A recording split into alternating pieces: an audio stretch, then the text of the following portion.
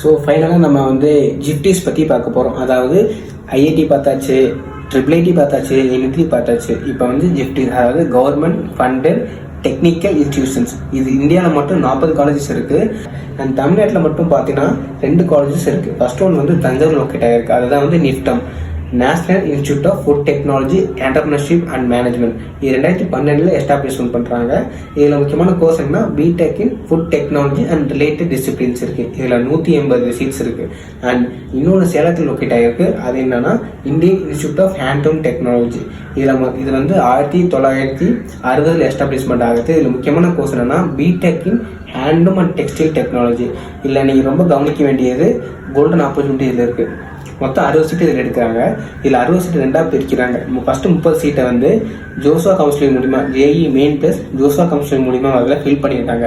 Second 30 சீட்டை +2 mark plus Tamil Nadu counselling தான் fill பண்ணுறாங்க. ஸோ நீங்கள் வந்து ஜிப்டியில் படிக்கிறதுக்கு one of the golden opportunities. இந்த வாய்ப்பை யூஸ் பண்ணிக்கோங்க.